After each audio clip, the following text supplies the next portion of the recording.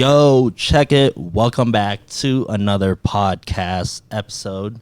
We have a special guest, bunch of cool dudes, and we also are in a new space, as you notice if you're watching the video. The coolest space I've been to, other than my own. Apparently, this is the coolest spot in Reno. I would say so, Yeah? honestly. I mean, look at the walls.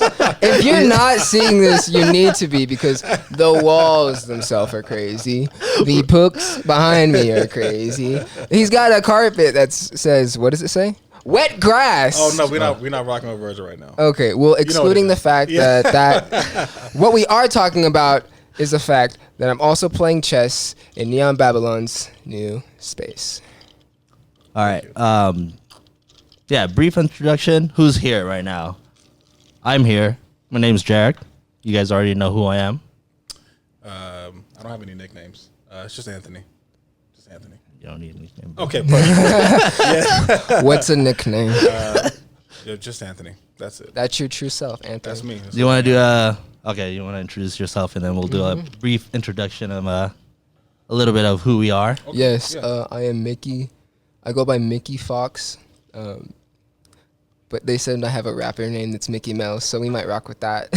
Yeah, we got Mickey Mouse in the house. Did you say Did he mouse? call you Mickey Mouse? He said Mickey Mouse. Hey, you know what's funny? What's on the back of my shirt? Hold on, look. Mickey Mouse, right? Oh, Yeah. Of course it is. Of course it is, bro. Had to, course because it you know is. why? Because Disney has donated $8 million to our foundation, Oh, yeah? our movement. Good for them. Nice. I guess I can go back to Disneyland now. Perfect. They passed the test. Also because they're hosting the NBA now too as well. That's right, in Yep, Orlando. That's yep, right, the yep. bubble game. So Hey, it's Disney 12. listen, For real? before we get off track, NBA is coming back.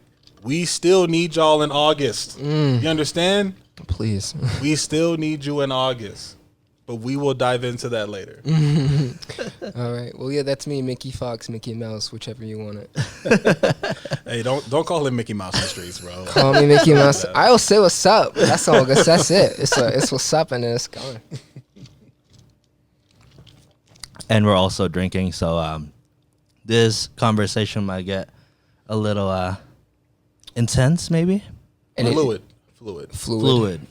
And Yeah, it needs that's to all. be. Yeah, People need to know. that's all. Anyways, yeah, do you want to do a brief introduction before Brief we go? intro. Anthony Troynell on IG. Yes, this is mine and my future wife's space. I run a brand called Neon Babylon. The coolest brand. Thank you, sir. JERiCK didn't say anything, so I'm inclined to believe that JERiCK doesn't agree with that. Oh. But yeah, this is the space that we have created. It has been a vision for a long time, and it is not necessarily associated with Neon Babylon. It is kind of an extension of it, but it is meant to be something on its own, which eventually we will do the whole grand explanation post tour. And it needs to happen soon because of this place. Well, yeah, I mean, it's almost done, right? it's almost done. We'll do that. We have been working diligently to get this space up to par, and up to par meaning whatever our standards are, what our taste level is. So, you know, we will come in here and start working, and it's like, this is not good enough. You know, and when I am How long did it take you? very long, Very long? like, you know what I mean? Too long, if you ask me. It was too long, man. But so far, you know, it is exactly what we had envisioned, even better. And it's only, say, 70% done. You know what I mean? But even when we finish something, we will take it down and redo it because it's like not good enough. So you have to know that is what this space is going to be when you see it. Everything is done on purpose. So hopefully, you know, if you are able to come see it, I hope you enjoy it. Yeah, I mean, if you're watching the video right now, this is only half of the space. There's another side of it. There's a huge clown over there making faces. I'm just kidding. The other side is not done yet, but it's looking pretty good so far. Thank you, guys. I appreciate the kind words. I'm sure Felicia does as well. Yeah. So. And also, we're also playing chess while doing the podcast Which because I'm still everybody waiting for had you crazy to make a move. idea. I'm still that we waiting should- for you to make a move, actually. Oh Yeah, yeah, so I'll probably do some color commentary whenever I see somebody make a move over there. So I have been told that JERiCK is a master chess player. I I heard he was so good that Bobby Fischer wanted to play with him, and JERiCK smacked the shit out of him. Like literally, he smacked him in his face. It was Told him to get smacked out him of with a pawn. You know that. Yeah. You know that he has a pawn tattoo on the back of his neck. there. Yeah, most people don't know that shit. Yeah, Like, it's crazy. so many people have booked JERiCK to shoot and don't know that he has a pawn tattoo on the back of his neck. That is so crazy. He is the pawn king. And you don't want to see what's on his lower back. We're not going to get Yeah. into that. That's We're not gonna that's go- a yeah. we ain't gonna talk about that. But that's for a different episode, That's like on a 1,000 episode of podcast. so let me introduce myself. My name is Compton. I'm just kidding. My name is Mickey. I am a photographer, and that's it. That's all I do is take photos. Since he bigged me up, I'm going to big him up. He is a phenomenal artist. Stop it. I feel very lucky to be in the presence of these two. These guys are both masters of their craft, and I've known JERiCK for a little bit. I'm introducing you. Fuck, we're gonna do Go that. for it. We're just gonna do that. Actually, I don't really introduce myself, so might as well. Let me introduce well, myself. it's your podcast. They don't need to know you. I'm gonna just hype you up for a little bit. Yeah. Just roll with it, JERiCK. Yeah, I am, man. I'm hyping Just you up. roll with it, after- bro. It's the intro. Let him After rock you're done with the it. hype, we'll just end the podcast right there. I'm like, JERiCK is the greatest. All right, That's the cool. end. Mic drop. Even though it's on a stand. No, I'm very happy to be sitting here with these gentlemen, and I am a firm believer in believer. Did I say believer? He was listening to Justin Damn, Bieber before never, this. never. He was I am had a to. firm believer in giving people their flowers while they can still smell them. So, JERiCK, I do want to say that I appreciate what you do and what you have brought to the city in terms of your photography skills and media skills and what you're doing and what we are, planning to do in the future, which I won't divulge just yet, but thank you. I appreciate that. And Mickey is relatively new on the scene. Yes. You've been in Reno for what? How long now? About it's a year and a half. A year and a half. So I was saying his pictures pop up on my timeline. I'd be like, who the hell is this kid, man? Like, who is this kid? But he's an artist.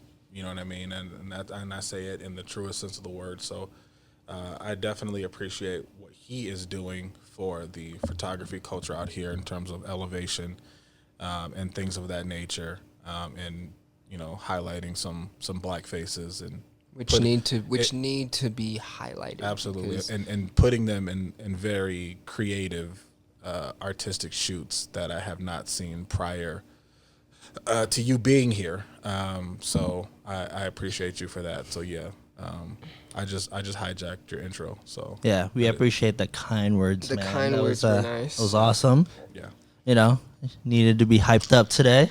it's been a long Yeah, we day. need some positive I know. energy, man. It's been a while. We need some good energy. We have electric spiritual energy like floating through the world right now, and so much. sometimes you just want to stop and just say thank you and appreciate people. So Yeah. I'm not afraid of that. Yeah, thanks, man. And I Appreciate that. appreciate everybody in this room and everybody that's not in this room because everybody deserves to be appreciated. Absolutely. Yeah. Except my friend here because I'm gonna beat him in chess. Oh, Is it my turn? Yeah, it's your turn. All right, let me just talk. And all right, so the reason why I wanted to do this podcast, so I've done this podcast for about I think 40 something episode now, and normally we don't necessarily talk about politics and any other things. It's mostly about self-development, dating, all the all the fluffy good stuff. But I feel like, especially with whatever's happening right now, I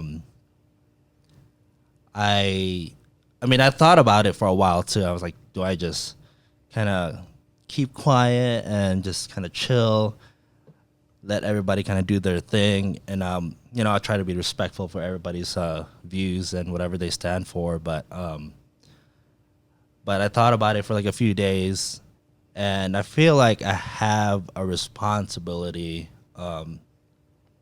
because I have some audience. Not a lot, but still an audience. An audience nonetheless. Yeah, That's right. exactly. That's right. So I feel like I just needed to kind of let people speak out. You're using your platform Yeah, responsibly. yeah. I'm using my platform to let people's voices be heard. So this is why I invited these gentlemen to the podcast. I feel like it would be a good learning experience for me because, as you can see, if you're watching the video, I'm just gonna say it aloud. I'm not black, so JERiCK is a non-black person of color. Let's give him the yes, correct. I do wear black a lot, but There you go. There you go. But because you know how everybody's kind of like arguing on like oh, all lives matter, Black Lives Matter, like all that. We can squash that Yeah. real quick. Real- Just like We can do that in a 30-second yeah. listen. Let me just Okay. finish this thought. Oh, okay. Yeah, I'm ready to go, baby. Okay. You ruined where he was at. How dare you? You derailed my thought. No, go back to it. Let's go back. So you're saying all lives matter versus Black Lives Matter. You know? Yeah, and like I normally, because like for me, I live in my own like bubble. Mm-hmm. So like I don't necessarily listen to like outside things, and I've always been like that. Even when I was younger too, I don't even listen to like. I don't listen to peer pressure. Basically anybody. I just mostly just like follow whatever I feel is right Gotcha. for me. So when it comes to like social issues, politics, I don't necessarily say anything Okay. because those things are usually kind of like divide a lot of people, and I just kind of want to be neutral with be respectful with everybody's views and opinions. But I think I want to kind of learn from a different perspective that you guys can bring because privilege is a real thing. White privilege, Asian privilege, any privilege is a thing. And when I heard you guys, like Anthony, I heard you and Caesar talk about like, oh, when I get pulled over, it's like, it's a scary thing. Like I don't necessarily get scared when I get pulled over. Like, yeah, it fucking sucks, but like in my head, I'm just like, oh fuck, I'm gonna get a ticket or whatever. Like I don't. It's just annoying. It's annoying, yeah. Or if I get stopped by a cop, I'm just like, it's a hassle. Right. But it's not necessarily a fear for me, like you guys talk about it. And that's what I don't necessarily like. I could easily say, oh yeah, I know how you feel, but like it's not. It's different, Like Right. you're not. I'm not living it like you guys are. So I think I just want to hear you guys' perspective, especially whatever's happening right now, which is crazy shit, Yeah. So Pause for dramatic effect. I'm trying to figure out which subject to tackle first. I mean, You can take it whatever you Well, want. I mean, it, on the issue of like being pulled over, something like that. It's more of a matter. It's a crapshoot. You don't know exactly what you're going to be faced with, right? And granted, I'm sure as a police officer, you feel the same way, but we look at it as like it's almost like a standoff, right? Like who's Yeah. what's gonna happen? You know what I'm saying? Like how are you gonna treat me? Are you you already got your hand on your gun, and it's like, it's just simple things, where it's like you can see that, damn, why do I make you feel a certain way? You know what I'm saying? But you don't feel that way like as an adult. Like you're kind of trained to do that from young in terms of like it's life or death. You have to know how to have a certain relationships with the cops when you are black. You know what I'm saying? Like you have to treat them in a certain way, and a lot of times allow them to treat you in a certain way, because any resistance can be met with death. Even sometimes non-resistance is met with death. You know what I mean? So, and that's not to say that every encounter that I had, you know, has been physical with a police officer, but there's always that little doubt in your mind that yes, this could turn into something, and you have to like mentally prepare yourself for this could turn into something. You know what I'm saying? But I mean, I don't know. Like it's hard to talk about, and honestly, like saying it out loud, it sounds weird. It sounds weird to say that because it's not everyone's experience, and sometimes it sounds like it sounds like you're making shit up.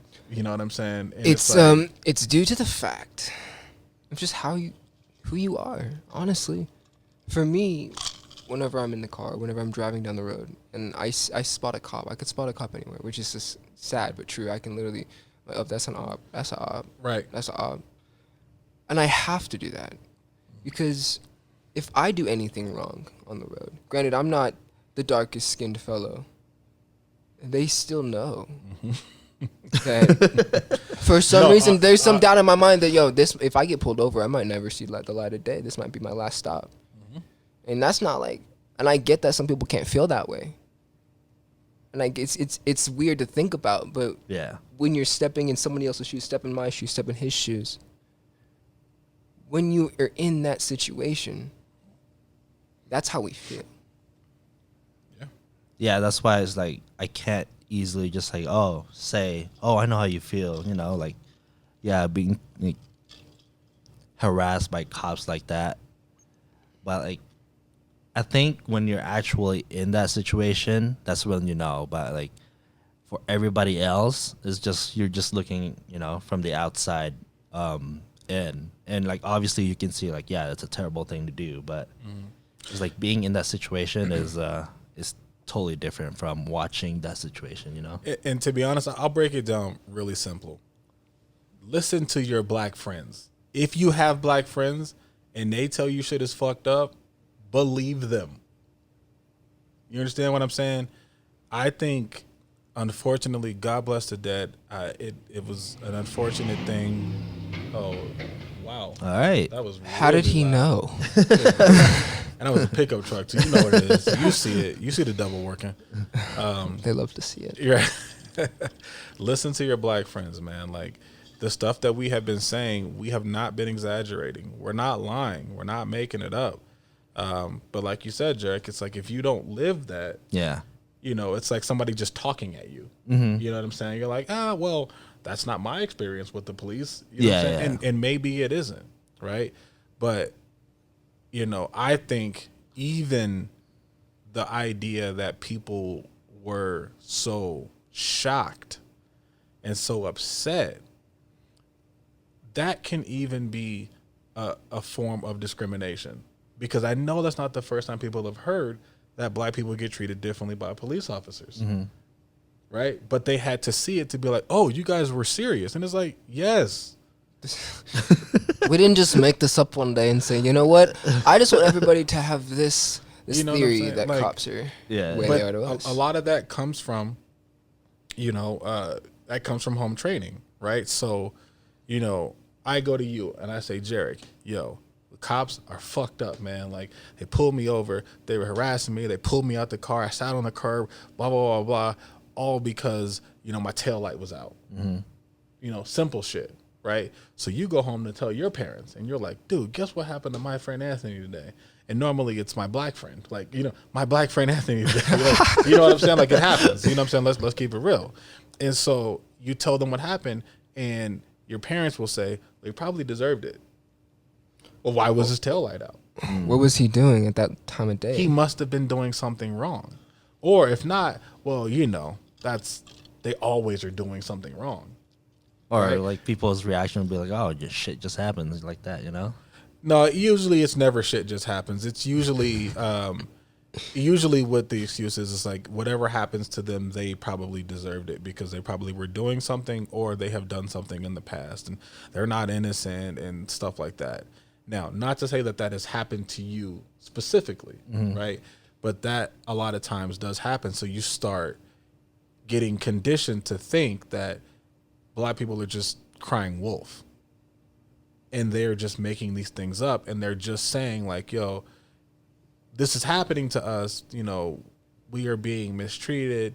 We notice the microaggressions, you know, stuff like that. And then since it's not a part of your life, you're like, well, you have to be making this up because, you know, that's like a medium coming in the room and telling you, I see a ghost over there. I see a ghost over there. I see a ghost over there. You're not trained to see the ghost, right? So you're like, this person is full of shit. Ain't no ghost in here. Ain't no right? ghosts. So do you think that's how people are thinking? That it's like, oh, you're just making this shit up? To be honest, I don't know what they're thinking. What I think happens is it is hard to believe something that you don't experience yourself. I think if you haven't witnessed it, if you haven't witnessed it with your friend or you haven't experienced it, it's hard to put yourself in the mindset of saying, I believe you. But what were you saying, Mickey? Sorry, I got distracted by your IKEA. Damn, what was I about to say? I'd say, oh, you know what it is? Okay. I don't think that they're thinking that exactly, because I know there's people that are thinking that, for sure. Okay. I'm thinking they want to understand, but a lot of people get uncomfortable when they're in situations they're not used to. They're like, I don't know if I'm uncomfortable. Right. I don't know if I want to believe that that's happening. Mm-hmm. Maybe it messes up the worldview. Right, because a lot of people want the world to be peaceful. Everybody wants to think, hey, the world right now is peaceful. Mm-hmm. And the idea that something really is going on, a lot of people that I personally ran into are like, no, that's not happening. I'm just going to pretend like that's not happening. Right. And it's like, after a while, you got to stop pretending like things aren't happening and realize that's happening. Right. Well, they don't have to pretend anymore. Well, it's given. It's shown everywhere. And I think, unfortunately, and I'm going to use this term loosely, but this was the perfect storm, right? The majority of people were at home, you know, because of COVID-19. Yeah. A lot of people have not been sent back to work, so you're just sitting around, just at home. You're consuming so much now more than we ever have because we're just looking for things to occupy our time, right? We have no sports to distract us. We don't really have any major events to take our attention away other than what is happening in the moment constantly. You couple that with the fact that there is a video, right? And it wasn't like it was a video at the end. You saw the whole thing. Granted, I haven't watched the video because I'm tired of watching those videos. I don't watch them anymore. Yeah, I haven't actually. You know what I'm saying? I've seen a little bit of it, but I didn't watch the whole thing. I can't do it anymore, man. Like after a couple of them, I'm like, you know what it is? It's you've seen they have that video, and then they have another perspective. Mm-hmm. So it's like when you see all of it in its entirety. Yeah. I think it was kind of the tipping point. Absolutely. And that was also the point I was going to make is the fact that you saw it from beginning to end. You saw a man lose his life on camera. Not only that, it wasn't a struggle. You saw this motherfucker with his knee on his neck with his hands in his pocket. He looked casual as a motherfucker. Like he did that every single day. Like you know what I'm saying? Normal. Like he was just resting on the floor. Mm-hmm. With a smirk on his face and shit, like, do something. Yeah. You know what I'm saying? Like, you look at all that, and it's like, holy shit, man. People are like, wait a minute. What's going on here? And we're like, see? Like, what do you mean? Where have you been? Yeah. Did we forget about Eric Garner? It took, 5 of them to pull him down? He wasn't doing nothing. Yeah, he was a big man, but look at that. Same situation. We watched him lose his life. But there wasn't as much outrage. I honestly think just because there was a lot of distractions. It's not as if black people weren't shouting in the streets. We were. And saying, yo, they killed this man for selling cigarettes. What are we talking about? They killed him for selling cigarettes. Right? You think about Mike Brown getting shot in the street and his body just laying in the middle of the street for hours. Why not call the ambulance to get this person picked up? Maybe this person can get medical care. He's probably already dead on the scene. But it's like the utter and lack of respect for us, right? Mm-hmm. So, that's kind of off on a tangent, but what the back to the point, it's like people got to see it. They got to see it, and they got to see it with no other distraction. Yeah, because there's nothing else. There was nothing else to see or do or look at, right? And especially like right now too, like how everybody's probably on edge because like a lot of people aren't, not even working. So like we've like, already kind of like on that tipping point. Like you said, we are at a point where we're on our last nerve because there's so many things that have been happening in the 2020. This year has been crazy. It's only half the year, dude. Half the year, but you're right. It's like I think the working class was ripe for something. Revolt. Yeah, I guarantee. Like it was like everything was happening, man. Like there was no relief. Right? We get one $1,200 check, and that's it. And listen, I don't know where some of y'all live, but rent in Reno is pretty wild these days. Pretty wild, right? $1,200. I mean, that's not, get it. And that's just Reno, man. Imagine people, that have multiple kids or have bills backed up, living in a city where the rent is. Like I remember seeing people were screenshotting their bank accounts, right? And there was like, my stimulus finally hit, and you post the bank account, and they got $1,201 in their account, or negative, or they were negative $400, $600, $700, and it's like that stimulus was just to get them back in good standing with their bank. You know what I'm saying? Because their bill collectors or the debtors were just like, I don't care. They're sharks. Sorry, man. I don't listen. I'm not working with you. Some people work, some people didn't. Mm-hmm. So like worked with their people that owed them debts. And some people were just negative. Some people were probably embarrassed and didn't want to say anything, so they just let their account run in the negative. Yeah. Right? So you look at that whole debacle with the $1,200, and people were just like, dude, like, what's going on, man? We couldn't even get that straight.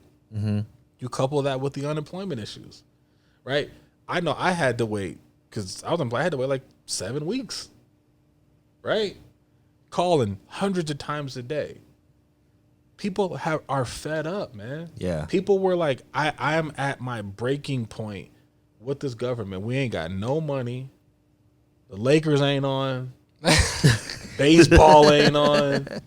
You know what I'm saying? Like, we have nothing else to take us out of our misery. Yeah. We are just waking up in our misery every single day. Right? You also include the fact that, we have a president that wasn't making things easier for us. Yeah. You look at the small businesses, right? We're doing the stimulus bill. We're doing the stimulus package. Small businesses are getting $2 billion. Oh, $1.5 billion is probably going to go to, Walmart. You know what I'm saying? What's crazy when you about start that? hearing about what a small business constitutes, and you're like, Shake Shack is a small business? The Lakers are a small business? Who saw that application and was like, pass? Millions of dollars they got. Yeah. And then, there's Sally Mae down the street that couldn't even get it. It got declined. Yeah. Like, what are you talking about? There are people in town. There are people in town, and they will tell you their stories, man. And it's like, they tried. And they either got denied or they got the runaround, right? Because the language of the bill was vague. And then it was like, oh, if you apply, you're going to get this grant for this much. Oh, well, it's only if you only have certain employees. Well, a lot of small businesses don't have a lot of employees. Yeah. Right? So you got $1,000 per employee. Well, if I only got one employee, I only get $1,000. What is that going to do for me? Rent in Midtown is at least $1,500. At least. So what is that $1,000 going to do? I can't do nothing. Mm-hmm. So you take all of these things, and we're just like at our breaking point, and then we get to see a public lynching. The difference is now it doesn't have the same effect it had, in 1917. You know what I'm saying? Where people were cheering in the streets, stuff like that. You can Google those photos, by the way. People were celebrating. Now it's like, this is outrageous. And now it becomes the whole system is messed up. And so now not only are black people pissed off once again, not everybody else is also pissed off for a myriad of reasons. And then we have a clear injustice. So we have lost all hope in everything government related, state related, blah, blah, blah. So this country was ripe for something like this. And unfortunately, George Floyd lost his life. But that sparked something in this entire world. Yeah. This entire world. So I see other countries are like protesting too, which is, And I think that is something beautiful to see, that so many people across the world are just like, Black Lives Matter. It's crazy if you research other countries. There's a lot of injustice in other countries as well within the police. There was a story about this French kid. I think he was 16 when died in police custody in France. And when you hear stuff like that happening in other countries, you know that it's not just here. Like, right. The governments around the world are getting to a point where the police are really not serving the public. Sorry, I stuttered there. A little lit. The police are a militant group.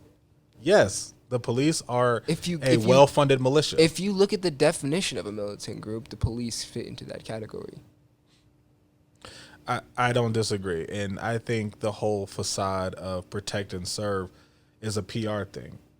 No, I don't mean to interrupt. I will say there are police officers that I've seen that are trying to protect and serve.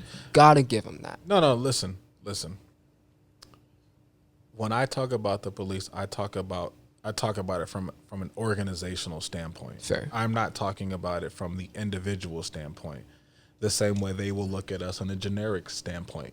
You understand what I'm saying? So even to kind of rebut that, I do hear that. There are some good police.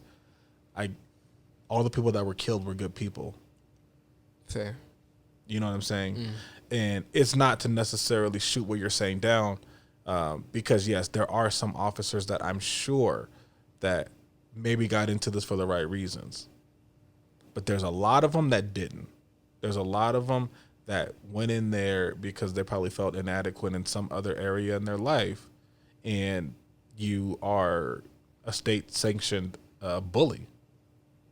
You know what I'm saying? Like, the police show up, you got to listen. You have to, right? Even if you're not doing anything wrong, if they tell you to do something, you got to do it. And they'd be like, I'm not breaking the law. Why are you even talking to me? But even that is met with an attitude. Why? Because it's like, I got the gun and the badge. You listen to me. And it's like, all right. You don't think that's going to go to somebody's head? If somebody gave you a gun right now, and let's not even say cops, human beings, you have a gun on you, you become the toughest man in the room. It's like, I wish that motherfucker would say something to me. I'll shoot this motherfucker right. I'll shoot this whole party up right now. Air it out. You know what I'm saying? That's what it does. It affects people because now you have the power in your hand. You have the power to take somebody's life. And that shit's probably intoxicating. Now imagine you take that and it's state sanctioned. You can't get in trouble because you have one of the strongest unions in the world. What do you think that does to somebody's psyche? It just makes them a bigger bully. Like they say, people won the lottery and they, blow it all and, get a bunch of hookers and cocaine and all that. They always wanted to do that. They just couldn't afford it. Yeah. You know what I'm saying? So it just amplified who they already were. Yeah. So, I don't know, man. He was on one. I'm like, I lose it. I do this all the time with Felicia. I just start talking, man, and I lose my original point because my thoughts just splinter. But you know, like I think that, yeah, man, maybe there are some good cops and maybe there aren't, but at the end of the day, it is an organization that, you know, represents them, and I don't care if there's good or bad ones. It's a job. It's supposed to serve a function. Yeah. But I don't think we understand the function is to serve the state, not the people. You know what I'm saying? You look at the protests, what are they protecting? Property. Mm-hmm. They're there to keep us in line. You know what I'm saying? Like, that's it.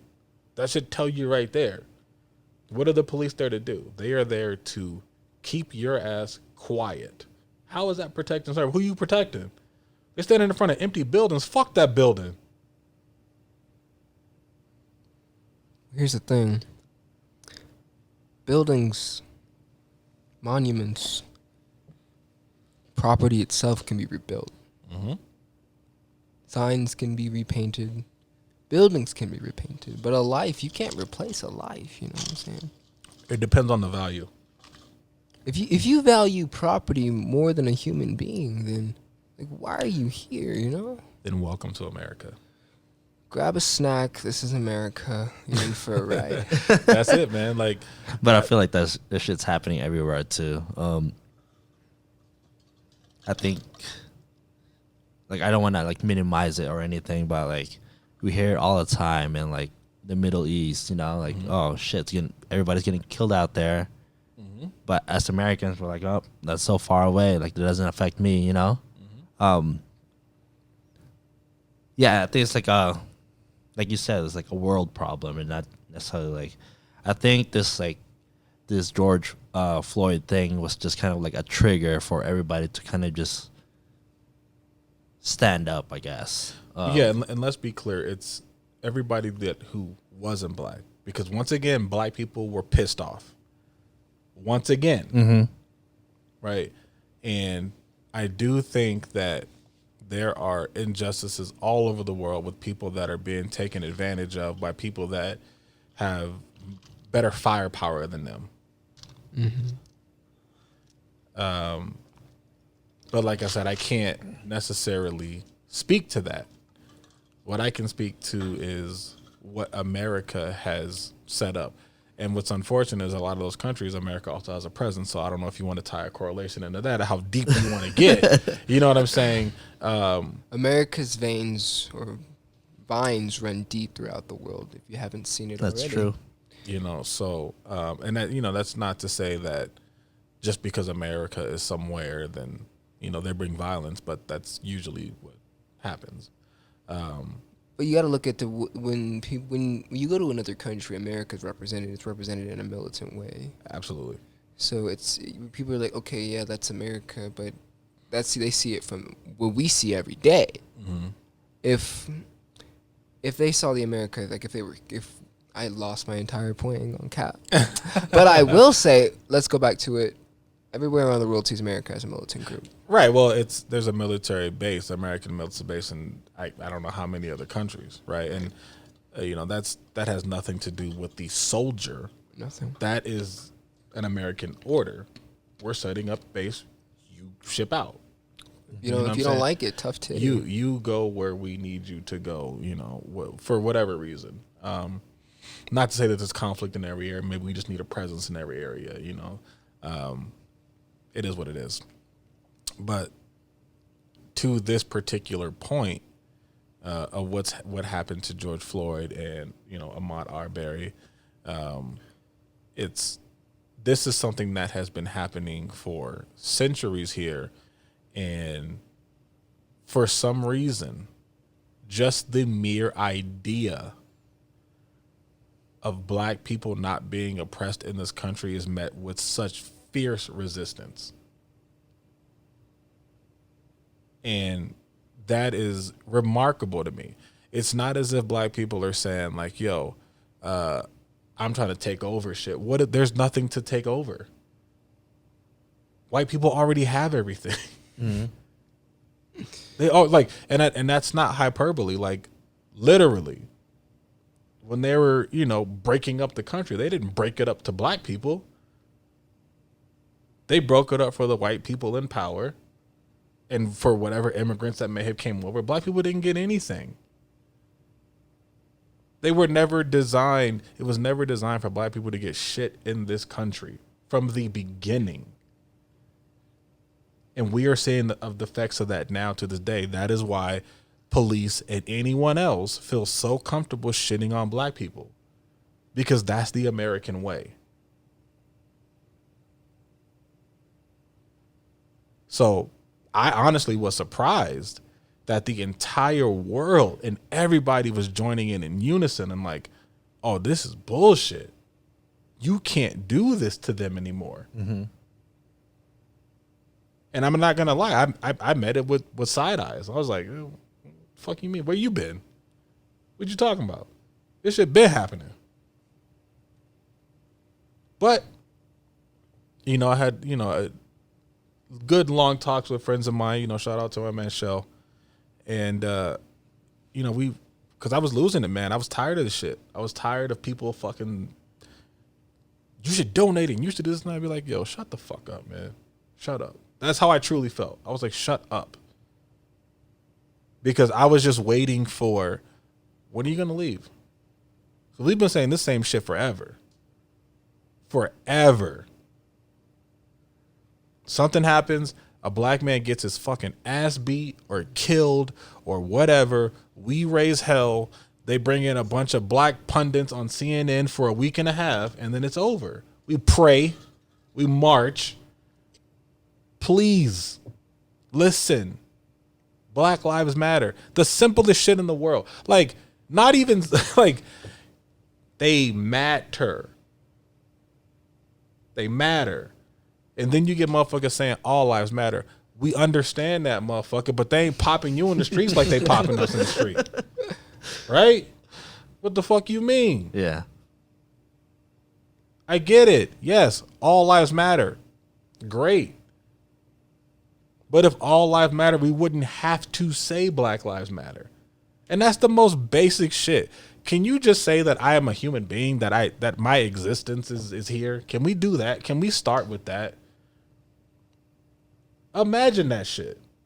Imagine being married to somebody and your wife being like, can you just acknowledge that I live here?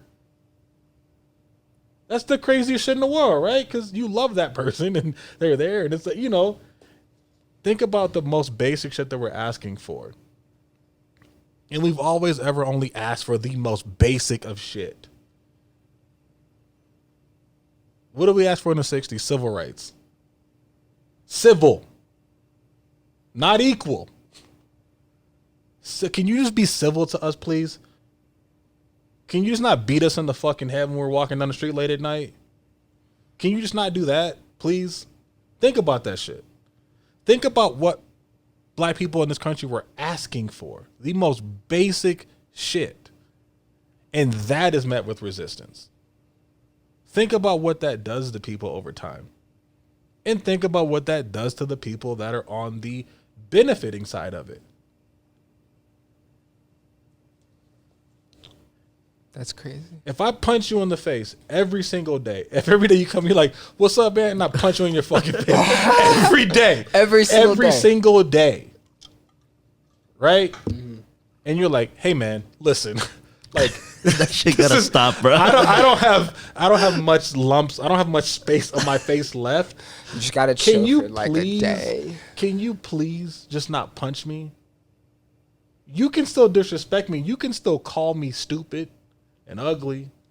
You don't even gotta like me. But can you just not punch me? That's basic, right? You shouldn't have to ask me to not punch you in the face every day. Right. I want to speak to the ones that realize like, hey, this is wrong, but what do you do? What do I do? Like, let's say, for example, somebody's reached out to me and they're not black. They're non-black. They're white as snow. They're like, well, what do I do? Right? Vote. It is election year. It is time to vote. That is one of the ways that we can, as a community, as a human race, solve a problem that just has need to be solved for the last century, even longer. And to piggyback on that, please make an informed vote. I realize that we come up with these stupid campaigns like Vote or Die, which I think is the craziest shit in the world. I get the point. I saw that campaign. But to say wild. either vote or you will die, it's pretty dramatic, right? Yeah. And maybe that's why they did it to put a little spice on it. You know what I mean? But at the end of the day, it's this: the systemic racism that this country was built on was written into law, written into the Constitution. When they signed the Constitution, all the motherfuckers in that room had slaves. So that lets you know right there that they didn't write it for us. Right? Mm-hmm. So, come on, let's break it down to the root.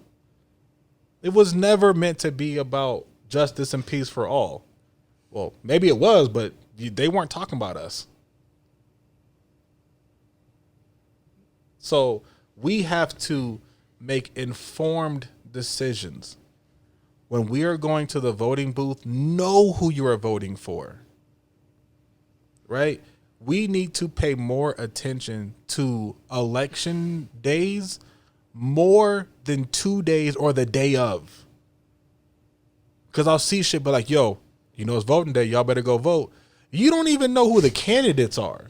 You go to that booth, like when you go vote for the president, you vote for a lot of city shit, and you be like, I don't even know this motherfucker. Let me just click Democrat, and you're like, you don't even know what that person's policies are. You don't know. They didn't promise you shit. You didn't even ask for that. You don't even know that person's name. That's true. You voting on propositions and all type of shit. We don't know nothing about nothing, right? But we keep saying go vote. Yes, go vote, please, but please make an informed decision. Know who you are voting for and know where their policies stand. If you can muster it, figure out what they have voted for in the past. Do your research. We need to start demanding more of the people that we vote in, because it's clear that the people are voting them into office. I can't really speak to the presidency because think about it, like Hillary won the popular vote and still lost the election because the electoral college and the whole bunch, a whole bunch of other nonsense and loopholes and all that other crap. But our mayor, the judges, district attorneys, all that shit, we have complete control over that. We need to take a better stance on just seeing those signs that roll up and down the street, and we're like, oh, Mike Albridge. I like the way that sounds. Elect the judge. I like the way he looks. I'm going to click him. So what happens is we end up going with name recognition.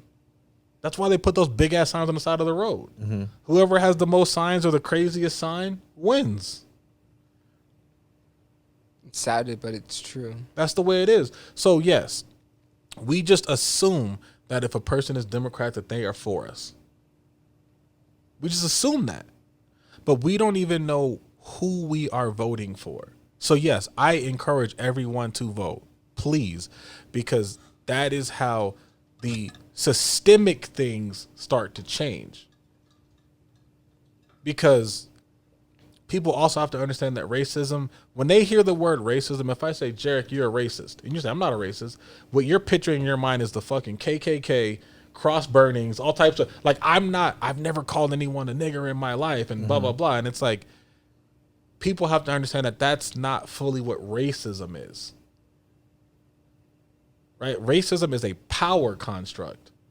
So racism will make things different for you and me.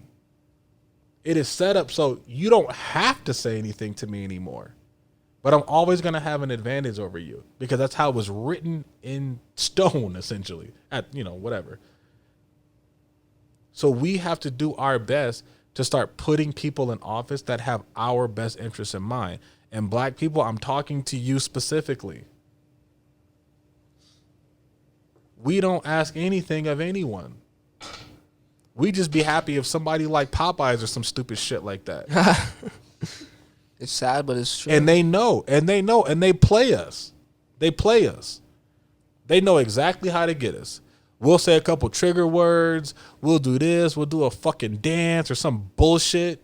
And we're like, that white nigga cool. I'm voting for him. Right.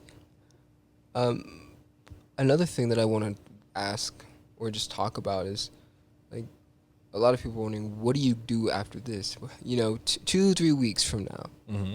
Yeah, I was gonna ask the same thing. Too. It's like, what do we do moving forward after? Because this shit is like as sad as it's gonna be, it's gonna settle down. People are probably gonna forget about it. Like, what do we do as a community, like I said at the top, or individual? We need you in August. NBA's coming back, baby. They just announced it, July 31st. August 1st, we're still gonna need you. All right. When Starbucks bring the peppermint fucking candy cane straw back or whatever the fuck. Oh yeah. By the we way, still need you. I'll be buying those just because. I mean, yeah. Listen, buy it too, right? That's fine. It's cool. Everything is good.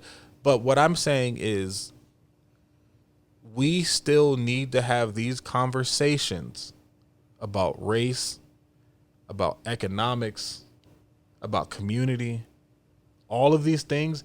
These need to be year-round conversations, not when somebody dies innocently, unarmed. It should be a conversation that we have for the rest of this year and moving forward until it stops, until it's not an issue anymore. 100%. Like, we can't stop talking about it, and that's why, like, I love the fact that there are so many non-black people with so much fire right now. And they're like, fuck this. Like, we need to change this shit. Fuck the police and all this shit like that. And I'm here for every single one of you. 100%. But let me give you guys a word of caution. You brand new to the fight. Don't get burned out. It's a long fight. Don't get burned out, please. Because listen, this is a long fight. But the more noise you make, and the more you get in people's faces, I don't mean just standing in the street. You have to do the stuff behind the scenes too. The more you make shit uncomfortable, the more you highlight racism, because racism gets to hide in the dark. That is how it has been successful for so many years, because it's able to hide. Yeah, this is what I was saying earlier. Like, for me, it's hard for me to speak out about, like, racism and, like, Black Lives Matter. Obviously, I'm not black. You're not black? Because, like, yeah. What? Yeah. I mean, I'm almost there, Sure. I think you're a little bit darker than It's, me. yeah, I kind of lost it. No, I Yeah, get yeah. it. I get it. People, they don't know what to do. Yeah, it's Right. like I don't necessarily like have the same perspective as you do, because like I never really experienced anything like that.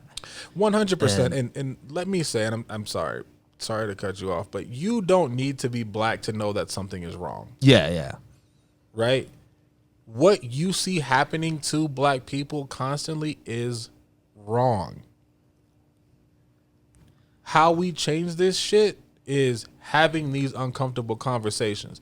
And I'm seeing a lot of shit on Instagram. Yeah. A lot of the only black friend in the group, they're getting that wake up call, because they're like, I'm not fucking with nobody because all of my friends ain't saying nothing. Yeah, motherfucker. Are you surprised? What are you talking about? And I'm not saying you have to have only black friends, but you have to know your surroundings. You have to know your settings. Just because somebody doesn't disrespect you in your face, you have to kind of understand the situations that you are putting yourself in.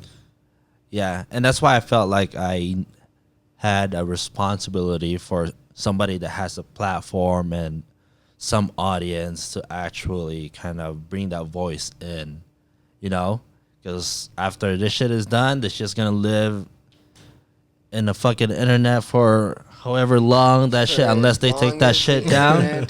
Like, people might listen to this shit like 5 years from now, like, fuck, shit, same shit still happening 5 years from now, 10 years from now. How do you think our parents feel? Yeah. And our grandparents who are lucky enough to still be alive? Yeah. I You saw have- this. I said, I don't mean to cut you Yeah, off, yeah, but yeah. I saw this picture of this woman, and it's a sign that says, "I'm 66, and I'm I still s- marching for this." I saw I'm the same. 66, and I'm still marching for the same cause that I've been trying to change for the last. Think about that 100 shit. years. Yeah, I saw Think about the that. same photo too, and then I was like, "Oh shit, dude!" Think Yeah. about how deep that is, and think about psychologically. Think about that shit. Mm-hmm. You know what I'm saying? That shit wears on black people. It wears you down. Because at some point you realize that you were just screaming at a brick wall. You're punching a brick wall. But the difference is now the entire fucking world is like, no. No, that shit is not right. And I hope and pray they do the right thing and we get justice for George Floyd and they convict all 4 of those fucking murderers. But that will be for that particular situation. We still have to That was deal. just a step. We still have to deal with everything else because in the week that we were protesting, people were still getting killed by cops. You know what I'm saying? It was still happening. It doesn't just stop. It keeps going. You know what I'm saying? And it's not, but at the end of the day, like, what I'm trying to say is we have to continue to have these conversations. We have to start calling out this bullshit. Right? We get pissed off at people for doing animal testing on makeup and shit. We'll fucking shut them down. Nigga shut Mike Vick down hella quick. Right? They shut him down. We have the ability and the power. If we as a society don't like something, it can stop. But the problem is, if you're in a room, right, and you hear somebody say something racist or disparaging to a black person, you're like, well, I'm not black. Oh, whatever. I'm going to keep eating at on this doing what I'm establishment. doing, like, You know what I'm ain't saying? nothing Like, I'm going to keep doing what I'm doing. But we have to make racism uncomfortable. We have to shine a light on that shit and be like, yo, what's wrong with you? And in those particular situations, it doesn't just have to be black. Mm-hmm. Anybody, like if you go to a restaurant and there's a Mexican and someone say, yo, get the fuck out of here, you wetback, like that's not cool either. Like, Right. Any type of racism towards any type of particular race is not okay, regardless of the situation. People have to take it upon themselves. And I know you see it around people talking, posting videos of them talking to their parents and all that shit like that. And listen, those motherfuckers are going to die soon. It's fine. It's so sad that he said that. The younger generation is where the hope is at, right? I have a 2-year-old. Yeah. This situation, what I want to do and what I'm working on is for him, right? Like, I don't think, I'm hopeful, but I don't think it's going to change in my lifetime, but that's not my expectation. Yeah. But I don't want my son to be my age with a fucking sign talking about, yo, my Same parents shit. were dealing with this shit. Like, they told me stories and now we're still dealing with it. So we have to understand that everything that we are fighting for is going to take a while to break all that shit down. We got to get racist politicians out of office. We got to get racist monuments taken down. And they've already started doing that stuff. Right? Symbols of racism were built in this country. People that were known racists and separatists and white supremacists, they have statues. Are there any statues of Hitler in Germany still? Hell no. Hell no. Are there any Nazi flags still flying in Germany? Hell no. Well, there might be Potential. in some neighborhoods. Like, you know what I'm saying? But motherfuckers will walk around with the Confederate flag on like everything is sweet. It's not sweet. Talking about, I just love the South. Fuck the South if that's what you're representing. If that's what you're representing. Mm-hmm. Because that flag represents oppression. That flag represents, we wanted our slaves. Fuck that states' rights bullshit. The right that they were trying to protect was the right to keep slaves and keep free labor. That's what the Confederate flag means. We allow that shit here. It's okay. And it's just in the fabric of life in America. We have to start making that shit. Get it out of here, man. That's what we can bring over Ahmaud Arbery. That entire case. Oh, come on, man. Making it okay that it's normal, but that Come on, kind man. of Like, treatment listen, is, man. is normal over there. So the case has started, and the defense for those three fucking devils is it's just the way of life down here. Some of us are just racist. What? That's a defense. Fam, are Written you in kidding stone. me? You're trying to justify this or make it seem okay because that's just what we do. We hunt niggas and kill them. Sorry. Shouldn't have been around here. We gave you the warning. You saw the Confederate flag. You saw what we do over here. You know what I'm saying? Like, that's the type of shit like, come on, man. And that is the type of shit that a lot of people don't fully understand. It's like, that man was just going about his day. And he was in the Hunger Games. He didn't even fucking know it. Because they was playing out some fantasy. They wanted to catch a black man and kill him, and they succeeded. And then they distribute the tapes out. This is propaganda. They're proud of this shit. And they walked around for 2 months killing that man, hunting him, killing him, chasing him. Like it was a fucking dog. game. It's crazy. This is the type of shit I'm talking about, man. So this is why, like, I'm glad that everybody is on board because we need everybody. We need complete unity from everyone to dismantle this system because it can't just be black people. Because if it was, it would have already been solved. They tried that. What you can do if you want to contribute is just do what your strong suit is, honestly. Like for me, the way that I can contribute is I'm a photographer. So I went to this protest. I took all these photos and I'm using that to spread awareness. Mm-hmm. If you have that kind of medium, just do that. If you're an artist, paint. If you're a singer, sing. If you're a photographer, capture what matters and send it out. And let people know that, hey, we all have a voice here. We all get it. We're here to support and support. And that's my TED Talk. Yeah. I mean, that's exactly why I'm doing this right now. You know? No, like, and I appreciate it, man. It's a way to get things out and to vent some frustrations. And you know, I don't know if I have sounded like one. I don't want to seem like angry, but yeah, I'm angry. I'm emotional. I'm sad. I'm hurt. I'm happy. This is like shit is all over the place. I'm a new dad. Like, you know what I'm saying? I got like my emotions are all over the place, man. You know what I'm saying? But seeing this, man, like on one hand, I'm disgusted and I'm angry. You know, and on the other hand, it's like the fact that the entire world is rallying behind this, man, like, you know, yes, George Floyd changed the world. He 100% did. 100% did. You know, so we gotta take it where we can. We gotta, you know, if this is gonna be the moment, then let this be the moment and let us see it all the way through. Right? After we get the conviction of those four, cool. Now we gotta move on to the next thing. Yes. While this is happening, because we can't control the outcome of the court case. We're not on the jury. It is what it is. But as long as we keep making noise, that puts pressure. Right?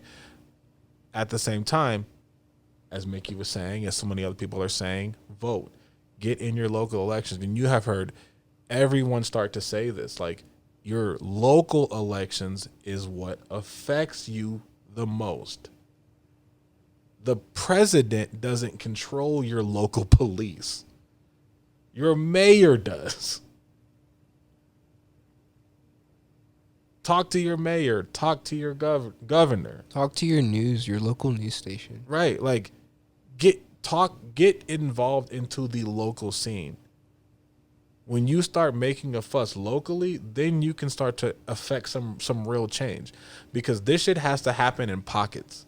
It has to be like, oh, this town is doing things right in this town and that town and that town. You have to start doing those little things.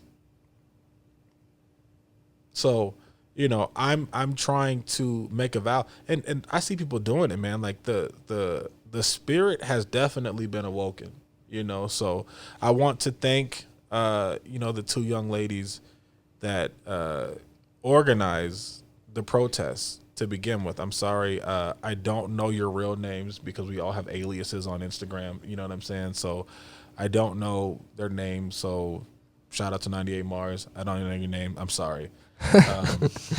But I think I'm one of the only ones that don't have an alias. Like, it's just kind of out there. I don't have an alias. So there it is. Yeah. I had to tell people that Neon Babylon was black owned. I don't think people even knew it. Like, you know what I'm saying? I don't have an alias either. That's right. Yeah. It's just your name is your JERiCK image. That's like that sounds like a code name already. You know what I mean? But coded. We have to keep having these talks. I'm sorry. Yeah. So, shout out to the two ladies that set that up. Because prior to that, I didn't really see this activist spirit, right? I may have not just had access to those people, but I know it woke something up in me seeing that shit. It was beautiful, man. Like, I was emotional seeing that because I would have never thought that Reno would turn up like that. Crazy. How many people? Like over 500-600, maybe even more. 1,000. I got pictures of where it looks like an ocean. 1,000. To be honest, I didn't expect that either. I was surprised when I saw that. You know what I'm saying? Yeah. Like, think about that. 1,000 people came out to protest peacefully for Black Lives Matter. That is a beautiful thing, because I would have never expected that here. Of all cities. I would have never expected it here. So shout out to those two. I will, for as long as I can, keep shouting those two out, because in my opinion, and I could be wrong, I'm open to being proven wrong, but I feel like that sparked up a lot of this stuff, man. A lot of this local activism. Like I said, I know that definitely affected me, to where it's like, it affected me. It's like, no, we got to do something. We have to do something. So that's what I encourage. I feel like we should address this. Obviously there's a lot of like peaceful protests out there, but I think it's kind of like being overshadowed by a lot of the riots that have been happening everywhere. Do you want to address or talk about that? Let me tell you something. Those riots are a fucking distraction. The reason why we keep talking about the riots, I keep spilling it every time. The reason why we keep talking about the riots is because that is what we are told to talk about. The root of the matter is police brutality and systematic racism. Across the board. Listen. Can you hand me the paper, the napkins over there? Oh, gotcha. Yeah. I gotta clean that beer up. And then while he's doing that, I can talk a little bit. I wanted to talk. What I would like to say, we were talking about those the riots themselves. A lot of those riots are caused by people that just want to riot. They just want to do it just to do it. You know what I'm saying? If you look at specific cities, a lot of the police are encouraging the riots. They want them to encourage so they can police them even more. And they want it to show as if, hey, there's a reason why we're policing the way we are. It's because of the way that we're acting, the riots. And that's not who we are. The riots are just not what we are about. Mm-hmm. It's definitely getting shadowed. Definitely, like he said, is a distraction for sure. And then go ahead and take off because I'm about to wipe this down. No, it's that is what I truly feel. I think that is what we keep talking about, because that's easier to talk about than to say systematic racism is the problem. Police brutality is a problem. That is what we need to keep talking about over and over and over again. Because what happens is now those two subjects get to hide behind looting and rioting. And that's fine. It can be like, hey, Kroger's got burned, but by the way, somebody else got killed. Police brutality is still a thing. Systematic racism is still a thing. So at the end of the day, you know, things get burned, things get looted or whatever. Sometimes it is agitators. Sometimes it isn't. Sometimes people are just pissed off because they have had enough. And whether or not they want to go get them a fucking pair of free Jordans, what does that matter? That is not the issue here. That's the issue because we're being told to make that the issue. That's not the reason why people showed up in the first place. Let's get back to why we showed up in the first place. Because of police brutality. That is why we were here. And by extension, systematic racism. That is why these motherfuckers keep feeling okay to do this to a certain population. Because by design, they have been told that they are worthless. Their bodies aren't as valuable as a white body or another person of color's body. We can kill them wholesale and all they're going to do is march.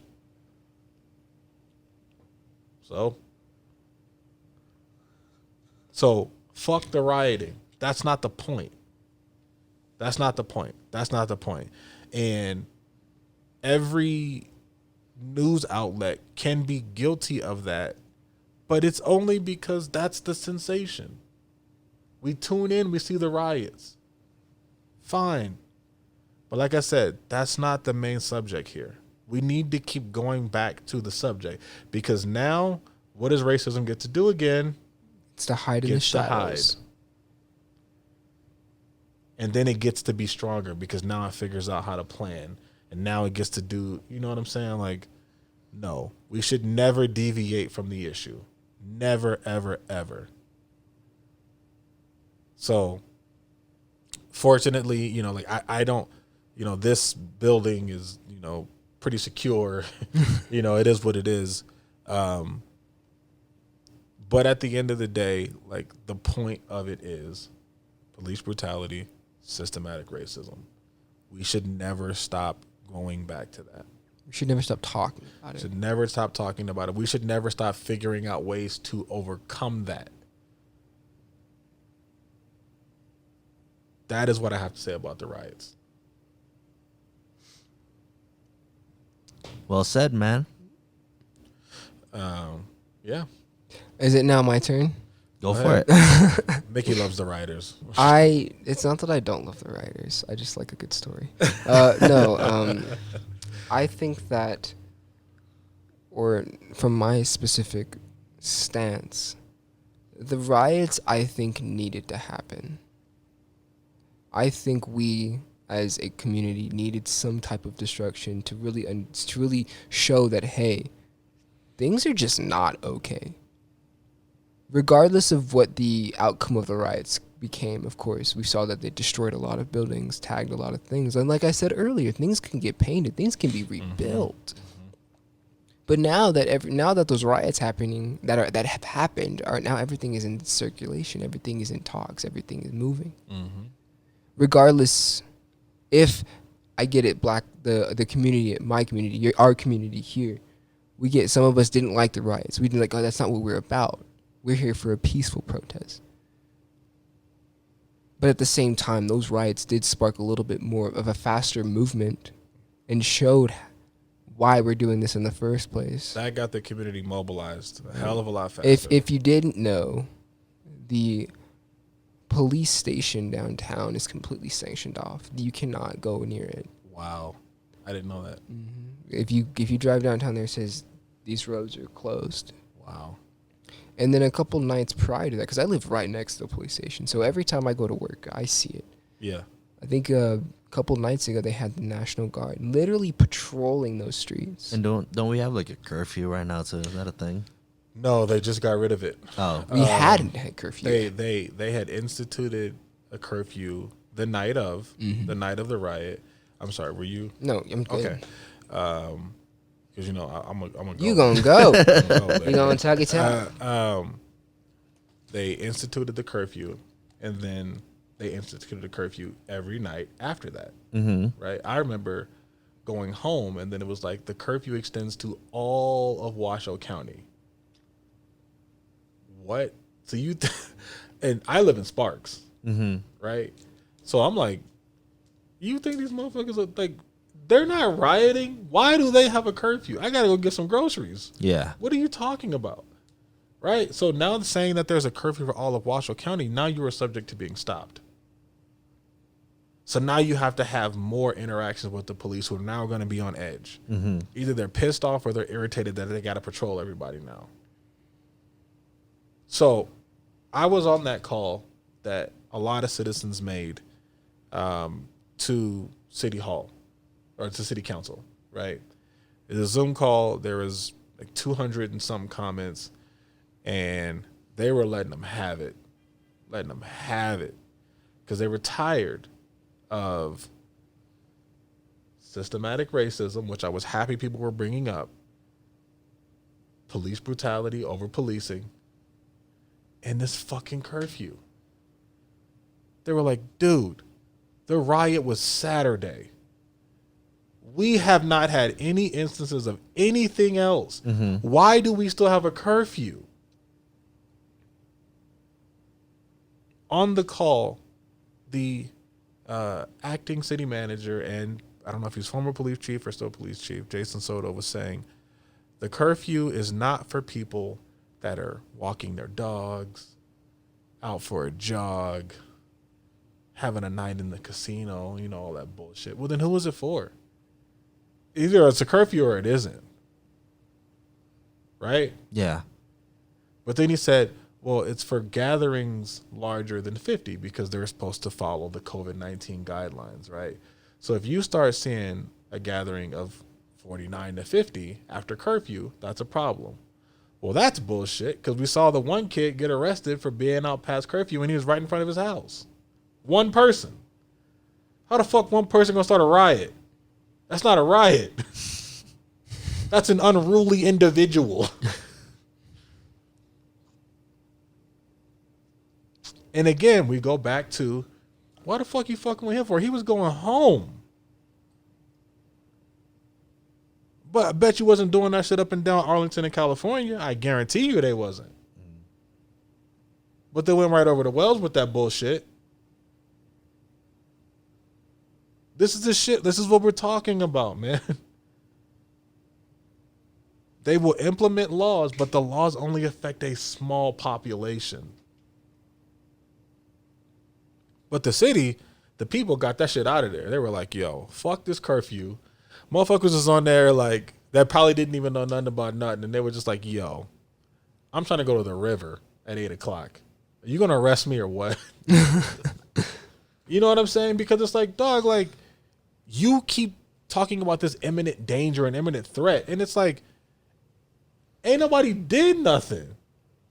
Sunday, nothing. Monday, nothing. Tuesday, nothing. Wednesday, nothing. Why we still got a curfew? Why are you telling grown-ass people who aren't in the streets shouting to be home at 7?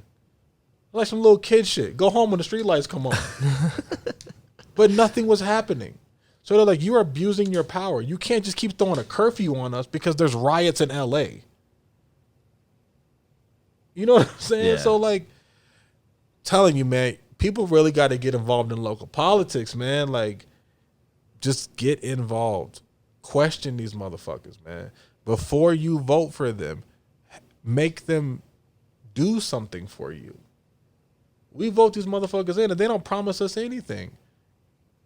What local campaign speech have you heard? Have you looked at their websites? I'm asking you personally. Have you ever looked at a local candidate's website?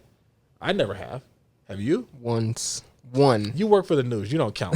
One. Well, it's because I was curious. I was like, I wanted to see what these candidates, like, what their websites look like, their campaigns, and it's like if you really focus on those little, like you said, local government or local campaigns, you can really break it down on who you want and who you don't want. A lot of them will say it straight up. This is what I want to do.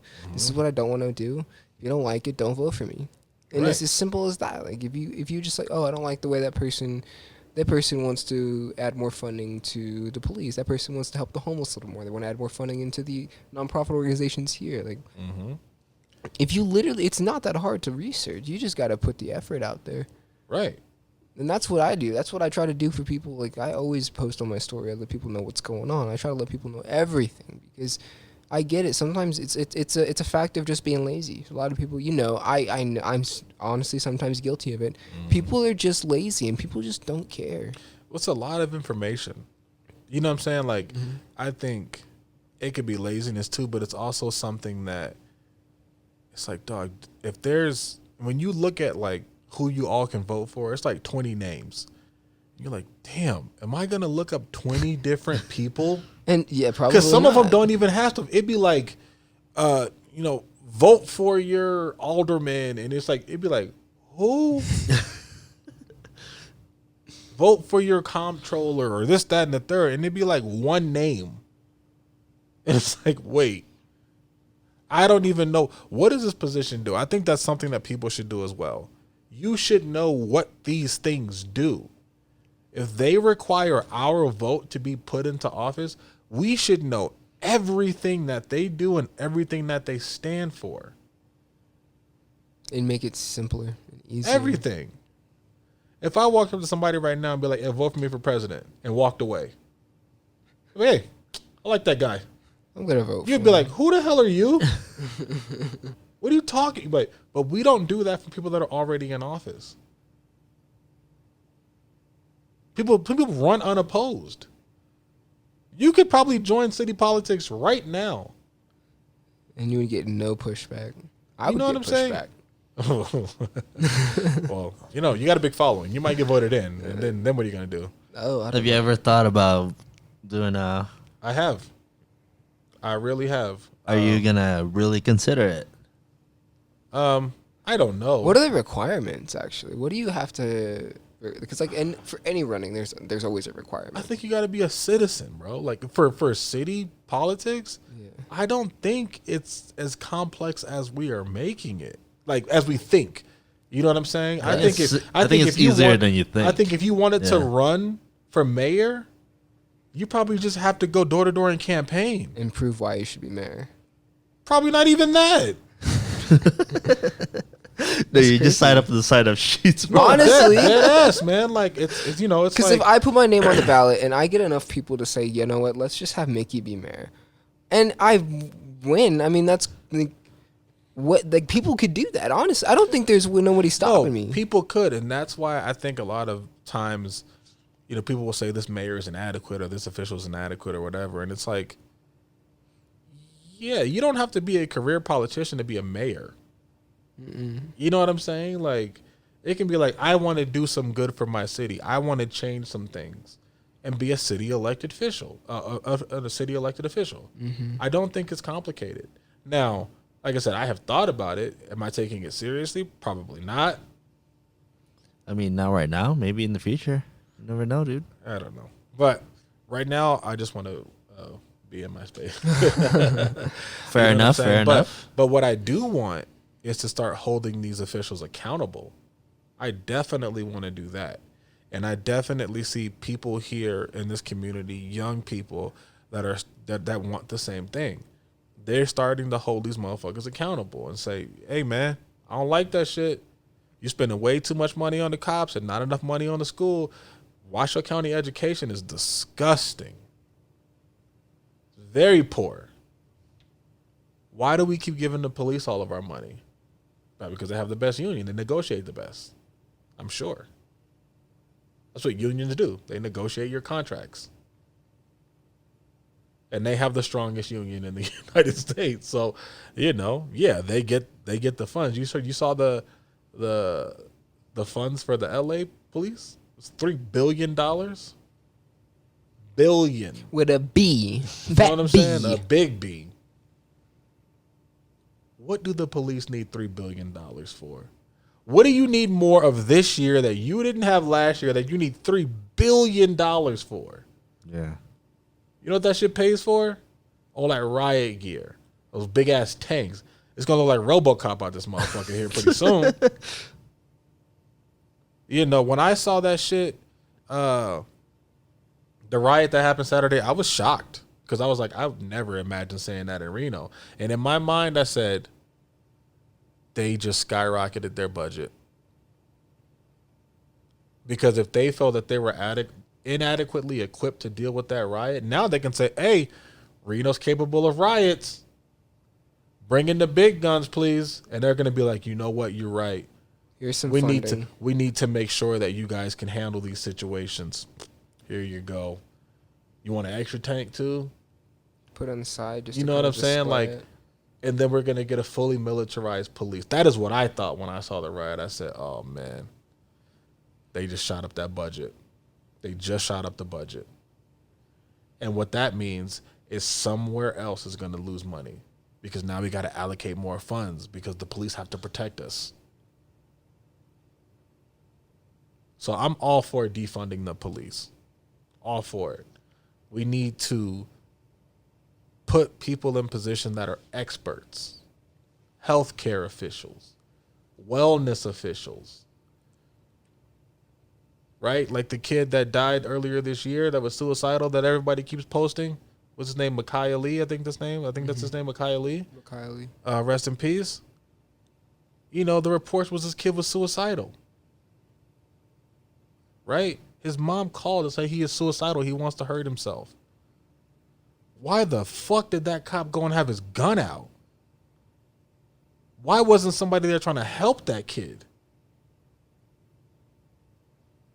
Because police go to an 8-hour course on how to deal with people with fucking teddy bears and bullshit like that. But in the moment, your instinct is going to kick in. I see somebody with a gun. I got to shoot him. But a healthcare official, someone that is trained in this, would have tried to talk that kid down, and he probably could still be here today. But instead, a police officer was sent after him. This kid that clearly had a mental issue, right? He was hurting. And now he is dead because the cop that was on the scene didn't know how to handle the situation. So if you're going to have people out there that don't know how to handle situations, they don't need to be out there. Mm-hmm. If your toilet overflows, don't call me. I don't know how the fuck to do it. You're going to call a plumber, right? You're going to call an expert in the field. A mental health issue requires a mental health expert, not a bully. It's like if you have younger siblings and they be crying, you be like, man, shut your ass up. Right? Because they're like, yo, get the fuck out of here. Right. Instead of being like, hey, what's wrong, man? You all right? You good? That is what that kid probably needed. Mm-hmm. Because maybe he was going to hurt himself. Maybe he wasn't. But we don't know now. Because he's gone.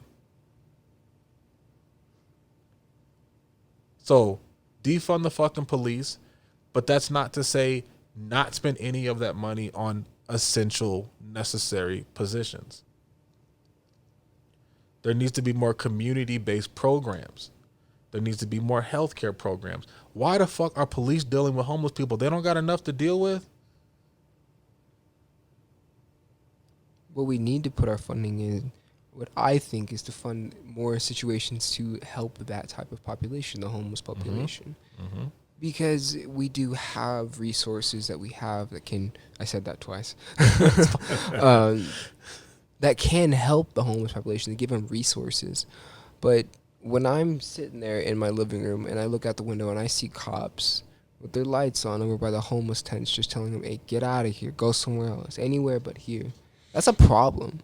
Right, because what does that mean, anywhere but here? It's like, okay, we're going to go somewhere across the street and then we'll be right back here tomorrow. We're right back here in like 2-3 days. Right. And then it's just going to be a cycle. And at this point in the game, the cops are just playing cat and mouse. And it's like they're wasting their time, and they should be putting their money towards things to actively change that specific scenario. 100%. That is where our city funds should be going.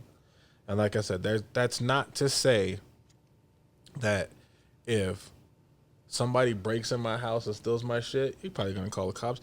Probably not going to do shit. You know what I'm saying? Mm-hmm. But that's not to say that that particular role may not be essential for something. But you can't just use them for everything. They're not equipped to deal with everything. We need to start looking at those type of things. And maybe that'll help with this fucking police brutality, because someone's going to come on the scene that is equipped to deal with it. Yeah, You know, I hear, sorry, go ahead. What are you going to say? No, keep going. I hear that people say, you know, you need to hire more people within the community to police the community, because you'll hire, you know, some dude, some young hot shot, you know, they'll hire fucking Pac-Man to come to the hood and clean up the hood and shit like that. Well, he's not from there. He doesn't know those people. He just sees them as the enemy. It's the badge that corrupts people. It's the gun that corrupts people. Because just because someone is from your community doesn't mean that they're going to do the right thing. Right? And once you get in that system, as you can see, like, there's no incentivizing for cops to stand up. There's been more issues with cops getting fired for standing up to bad cops. So maybe from the community, maybe not. I don't know, but I feel like the full authority that the police are given, it's what's corrupting them. Because I could live next door to you my whole life, but if I don't like you, what the fuck does that mean? I just know you. I'm still going to bust you in the head. If I live on the block, and I live on a block full of gang members, and I become a cop because I'm like, I am so sick of this shit, what is me being from the community going to do? You know what I'm saying? What is that going to do? Really? It's about the job itself. We need to reform that job itself. But that is something that the city can try to put, or the people can try to put the pressure on the city for. Police reform, transparency, a community review board. We need to have access to what they're doing. If they are public servants and public officials and our tax dollars are going to paying their salaries and shit, then why can't I know what you're doing? Why is everything so secret? Why the fuck is your body cam off all the time? Or why can't we get the footage? You know what I'm saying? Mm-hmm. We need to demand these things of the people, of the officials in our city. There needs to be more fucking transparency, especially with the police, because they get to hide too. You ever try to ask a police officer why you're getting accosted or why you're getting arrested or whatever? They don't got to tell you shit. They be like, shut the fuck up. Get in the car. Get out of the car. Why? Get out of the car. Oh, why? Why? Why am I stepping out of the car? Why?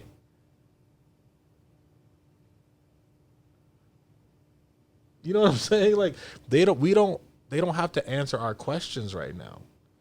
And they don't have to listen to us.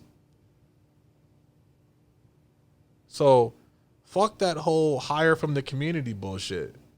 Reform the whole fucking job itself.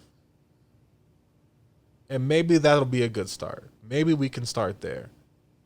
But people have to get involved and make informed decisions. Stop telling motherfuckers to just go do shit. Help them. Help them. If you're saying go vote, send them, start a Google Drive. These are all the candidates. This is what they stand for. I'm going to do the work. Now you go vote. Everybody has access to it. Make an informed decision. But we have to advocate for information, not just action. Because if action without a plan, we're going to get back to being divided. And the people that are better strategized than us, they're going to see right through that bullshit. And it's like playing chess. If you know your opponent doesn't have a good strategy, by the way, I don't know, has anybody made a move? We have been chatting. It's your turn, man. But if you know that your opponent doesn't have a good strategy, I'm about to eat his lunch. Look at that. I just did. Look at that. Look at it. Wow. You know, that's what you get for spilling all them drinks. But sorry. But you know, like think it's perfect example. If someone is better prepared than you to play the game, you will not win if you are not adequately prepared as well. And people get a lot of fire, and they're like, "Yo, let's do it. Do what? What's the plan?" What are we That doing? is very How true. we People are, people get fired up like, yeah, let's just do this. So do what that. is the plan? What's the plan? What is How the do we plan? let's organize. Let's figure this out. Let's see who's going to be the spokesperson. What are the issues? What are we demanding? What are the questions? How can we change it? If they rebuttal, what is our rebuttal? Don't let them outsmart you. Because the moment you stop applying pressure is the moment they win. Fuck yeah, because it's gonna be like, are they good? Are they quiet now? All right, cool. Let's go back to what we were doing. Yeah, go back to beating them in the head. Hey, we're good. We're safe. We're good for. We'll have to weather the storm. A little crazy for a week, but we're back to business. You can't let them weather the storm. You have to keep the storm coming. That's why I say these for the new advocates, for the new activists, don't get burned out, man. It's just the beginning. Do not get burned out. Don't use all your energy on, getting the parking meters removed. Like, it's a long fight, man. Like, you got to look at a lot of different shit, and you got to keep putting pressure on them. And if they don't do what you say, withhold your fucking votes. Withhold your votes. And make it known. Don't do that shit. Don't protest in your house. Make that shit known. I am not voting for this person because they will not do this and they will not answer for this. And if you organize to the point where you have enough community backing, maybe you can lift someone up to become an official. And now you already got a solid base because you all know what you're trying to achieve. But people really have to get organized, man. Like, without organization, none of this means shit because they'll just divide us like shit has happened before. That's why this George Floyd thing is so strong, because everybody came together. And that is putting pressure on them. I'm seeing shit happen like quick. Man, dude. Man, it's because everyone is unified on one issue. Mm-hmm. And everybody's looking. You can do that same shit in your city. It doesn't take 1 billion people. Look what 1,000 people did. Look what 1,000 peaceful people did. I'm not talking to the rioters. The 1,000 people, peaceful people, look what they fucking did. Imagine if you had 2,000. Imagine what would happen. A bigger protest. A bigger protest. A bigger man. protest. A bigger protest with different issues this time. And maybe we'll get answers for that shit too. Mm-hmm. All we want is peace. All we want is just equality. That's really all there is to it. Listen, just man. Just the most basic of shit. Look, I'll write it on a napkin. Like, that's all. That's all. Just give me the most basic of shit. Just give me the freedom to live my life the way everyone else lives it. That's all I ask. I want to be able to just drive home and see a cop and not have to worry about. Listen, man, I could be doing nothing wrong. I could be driving the speed limit. And I can see a cop and be like, fuck. He's going to pull me over. And don't let the motherfucker make eye contact with me because I'm like, oh, I'm going to jail. Just give me the freedom to allow me to live my life naive. So when I see somebody get shot, I'd be like, oh my God, they shot that man? Now I'm like, yeah, well, that shit happens. So. I mean, I feel like that was a pretty good, final thoughts to just end it on that one. Yeah. All right, so go vote. No, seriously, it's like in these next couple days. June 9th, I think, is the day when it goes all in. It's mail-in, right? Mail-in only. Mail-in voting. So if you is this going to come out before June 9th? Yeah. It's going to come out Monday. Okay, It's so Monday. yeah, you still have time. Way before June 9th. Still have time. Here's the thing. If you haven't gotten the ballot, it's probably mailed to your prior residence. So make sure that you reach out to your prior residence. And it's simple. I mean, I've already received. A lot of people have already received it, the ballot itself. So if you haven't received it, Do you know what to do? Say if you lose the ballot. you would just have to. Ooh, if you do lose the ballot, I believe that if you go on to Channel 4, mynews4.com, there is a link that can provide you with the correct details on what to do. We should get that information out there. Right. I can get you that information probably tomorrow, probably tonight, but I can find out that information. Yeah. And if not me, any local news source is able to tell you exactly what to do if for some reason you lose a ballot or you have two ballots. Because there are situations where people have been mailed two ballots because they've changed locations, changed homes. So they sent one to their prior location and then you got the new one. If you don't know what to do, or if you don't know your resources, reach out to your news sources and go from there. That is the correct way to do it. Because I'm not trying to, tag in some news sources or channels. But I think that the best way to understand what's going on in the community as well is to look at news sources. If not, look at Instagrams that people have created that are about the community. They can reach out to you and show you exactly what to do. Very good. Cool. I mean, I know this was a pretty long one, and obviously this was like a very serious, deep topic. Let's end it on a good note, I just want to ask you guys just a simple question. Mm-hmm. I like to end the podcast this way, just because, why not? What are you guys grateful for? Oh. Yeah. I'll tell you right now, Krispy Kreme donuts. I'm grateful for them things because Sparks just That's right. granted a permit for a Krispy Kreme donut in downtown. Oh, Sparks. okay. If you didn't know that, Sounds now you know. where?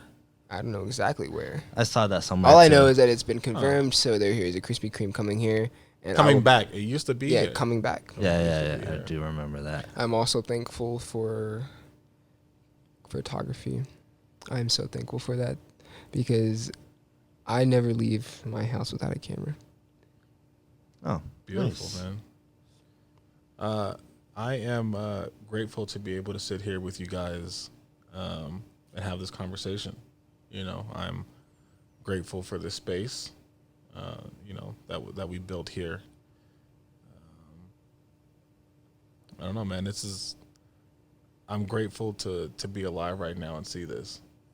Cause shit is fucked up, but this is history. So I'm glad I get to live through this and be involved. Yeah, I just want to acknowledge you guys. Thanks for Also Crown Royal. Thank you. I'm great for that. Thanks for the Crown Apple, baby. sponsorship. Yeah, I want to acknowledge you guys for coming into the podcast. I think I learned a lot today. It's definitely a different perspective that I'm not used to, like hearing or seeing, and yeah, I think it's just kind of a good, like, eye-opening for me, I guess. Okay. That you see things so differently than I do, and I respect you guys' perspective, views, opinions. Thank you.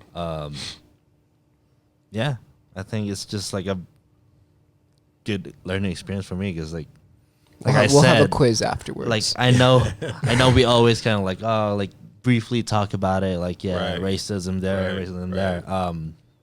But hearing it from your perspective is definitely an eye opening for me. Oh, So, one thing to do. I think I mentioned it. Stop supporting racist companies. If you know companies are exhibiting racist practices or they will not actively speak out against racism, fuck that company. If you know companies are doing bad practices that you wouldn't do to another person, fuck that company. People only listen to money. Companies that put a black square on Instagram, they did it for money. They did it so you continue spending money with them. You understand? Listen, If people are doing unethical practices in terms of, not hiring people of color, not exhibiting people of color, not having people of color in their fucking boardroom or whatever. If you know these things, if you know your artist that you love is an undercover racist, fuck that artist. Go listen to somebody else. We got plenty of good ones. there's a lot. I got a list for you. So We have to make this shit uncomfortable. And this one, I want to kind of intervene and reach out to the creatives in my community. If you aren't out actively supporting a movement such as this one, and even if you're just silent, why should we support you? You have a huge platform. Let's say you are a photographer. Let's say you are a model. Let's say you are a part of that specific community, and I don't see you actively putting your word out or speaking out and not even doing anything. Silence is fatal. I've said it before and I'll say it again. Silence is fatal.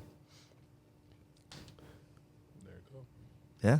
Beautiful, man. Very succinct. Thank you, JERiCK. Cool. Yeah, let's just end it there. Anybody? All right. Anything else? No, I got nothing, man. Yo, shout out to my moms for making me. Shout out to My mom TV. mom. Shout out to her showing me how to dress. You know what I'm saying? Shout out to my wife, my baby boy, all of them, to the gang. Shout out to my brother and them. Oh yeah, shameless plug. Go. I already plugged my spot, man. You know where we at, baby. You see the couches. You see the drip?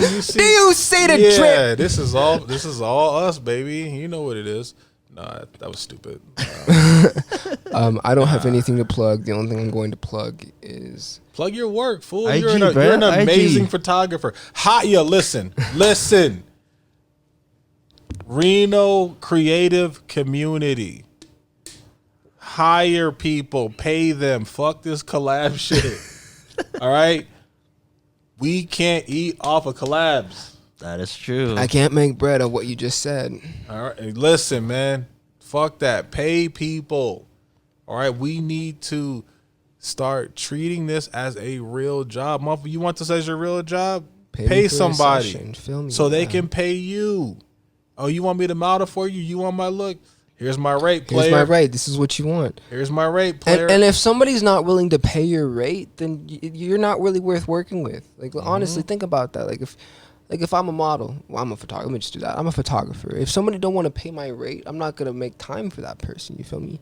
Like, because they're not valuing your time. right? You know what I'm saying? It's They're just not not even, valuing your time. like if my work is not worth a pretty little penny, then I don't want to give you none of it. Honestly, Think about it. If JERiCK is spent, so if JERiCK charges you $3,000 for a boudoir shoot, just pay the man. pay the man. Just It's pay the fire. man. Just Yo, he's do gonna it. make you look good. Because who else is doing it? All you feel me? right, shit, you about to get the Suicide Girls contract? You good, baby? You good. Money Pay coming the man. in. Pay him. Pay me. All right. When I'm selling you shirts, pay him. me. They're good shirts. Pay me my money. When all right. That is true. I'm gonna plug in some photos. I want y'all to pay the boy. I got some good heat. Come on, I man. promise you to shut the photos that I send you, the things I'm gonna give you, you won't get anywhere else. Come That's shop. right. We're about to do art shows and shit. Even if he don't say it, I'm gonna put him on the spot. We're about to do all type of wild shit. JERiCK doing art show. He doing live boudoirs, all types of shit. Everybody gonna come through. It's all good. It's gonna be crazy. we got We drinks. gonna have We a got all DJ. of My that. boy Herb to come Yeah, through. DJ. man. We doing live boudoir shoots for the men too. All of it, baby. All right. What's up? You gotta pay the fee though. Pay the rate. Pay the fee. Pay the rate. And it's not a bad rate. Yeah, it's all good, You're baby. you're gonna spend $50 on some new shoes. You might as well spend $50 That's on a right. shoe. I don't know what shoes you're buying for $50 because all of my shoes are $150. Exactly. Like, Let me take that back. People, I know people that are buying $200, $300 shoes for a Yeah. shoot. There you go. Pay me for the shoot. there Get you yourself go. some shoes, and I promise you'll make it fire. There you go. Perfect. All right. That's it. I think we got it. Perfect. Thank you guys. All right, let's just end it right there. Cool. All right. Good Cool. night. Good night. Peace.